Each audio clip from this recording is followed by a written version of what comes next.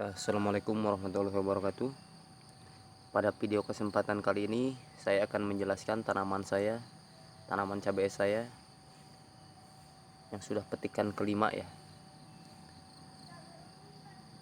Bagaimana kemudian caranya agar buahnya lebat seperti ini ya. Simak terus videonya sampai selesai.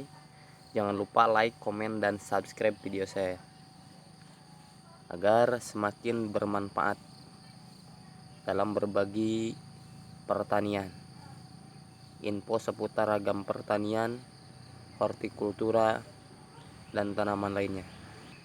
Ini tampak sekali sudah lebat buahnya. Ini adalah hasil daripada perawatan saya.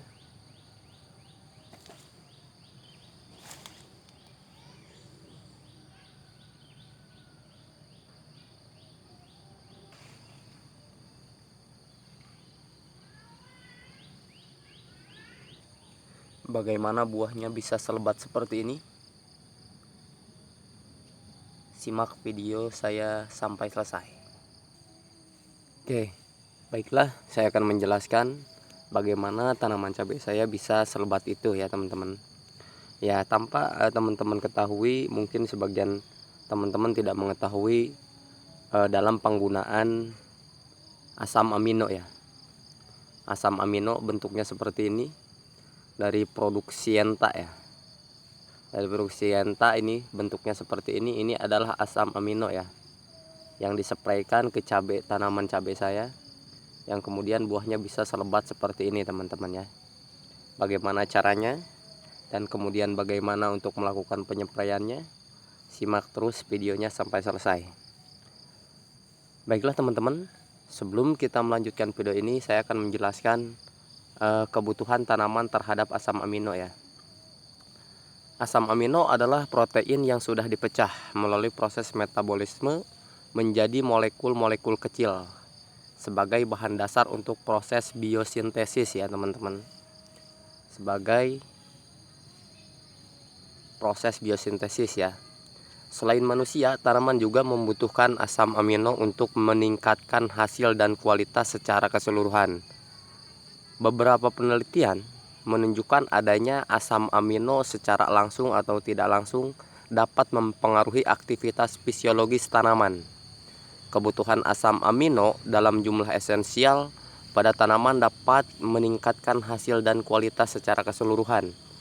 Jadi kalau misalkan teman-teman lihat ya, di cabai saya tuh, dengan luas seperti ini bisa menghasilkan panen yang luar biasa hanya dengan menggunakan asam amino setelah kemudian di fase generatif ya. Apakah kemudian di fase generatif itu berapa kali dosisnya atau berapa kali melakukan penyepraiannya? Simak terus videonya sampai selesai ya teman-teman. Ya, ini adalah asam amino, bentuknya seperti ini ya. Seperti ini bentuknya. Teman-teman kalau ada yang ingin menggunakan ini bisa membelinya di toko online ya, karena produk Syngenta itu ada produknya ya, pabriknya di Indonesia ya. Kebetulan dekat ya dengan kota saya, dekat dengan tempat tinggal saya, PT-nya ya teman-teman. Maka secara umum ya, tanaman mampu mensintesiskan asam aminonya sendiri melalui bahan dasar karbon, oksigen, hidrogen, nitrogen melalui proses biokimia yang kompleks.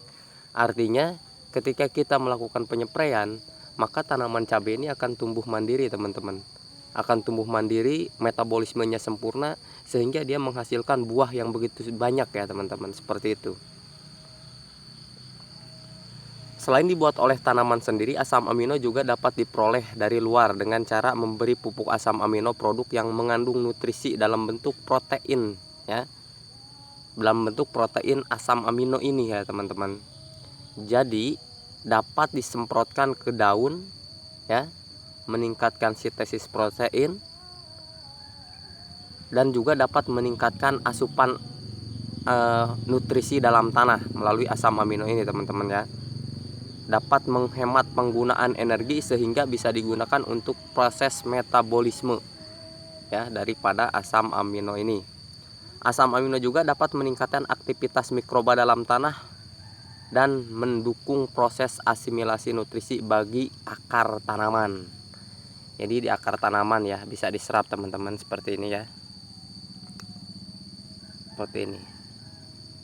Kalau mungkin dari video-video saya sebelumnya juga saya telah menjelaskan bagaimana cara penggunaan setelah tanam, penggunaan pupuk dasar, penggunaan pupuk kimia, dosis yang benar, menggunakan KNO3. Itu di video-video sebelumnya saya sudah menjelaskan ya teman-teman. Tapi untuk di video kali ini saya akan menjelaskan tentang tanaman saya yang selalu diberikan ya asam amino ya. Di sisi lain pemberian kalium kelat asam amino ini ke tanah dapat memberikan manfaat dalam meningkatkan nilai BRIC, tingkat kemanisan tanah, tingkat kekebalan buah pada kulit. Kan biasanya kalau teman-teman memiliki tanaman cabai, biasanya ada yang disebut dengan penyakit patek ya, penyakit patek, fusarium. Tapi insya Allah kalau teman-teman memberikan asam amino ini ya, hal itu tidak akan terjadi ya teman-teman. Untuk berbagai jenis tanaman cabai yang menggunakan asam amino itu tidak akan terjadi untuk penyakit-penyakit yang tadi saya sebutkan ya teman-teman. Jadi silahkan teman-teman coba menggunakan asam amino tersebut untuk berbagai macam jenis tanaman. Sehingga nantinya kalau misalkan ada pertanyaan silahkan di kolom komentar, dan bagaimana caranya, dosisnya silahkan di kolom komentar. Apakah bisa digunakan dengan dicampur fungisida, insektisida, dan lain sebagainya, maka silahkan teman-teman komen di kolom komentar ya, untuk penggunaan asam amino dengan tanaman yang teman-teman miliki. Kurang lebih seperti itu ya teman-teman. Jadi kalau misalkan mau bertanya silahkan di kolom komentar, insya Allah saya akan berusaha untuk menjawabnya ya teman-teman. Terima kasih telah menyimak video saya ya. Kali ini saya akan melanjutkan penyepraian ya.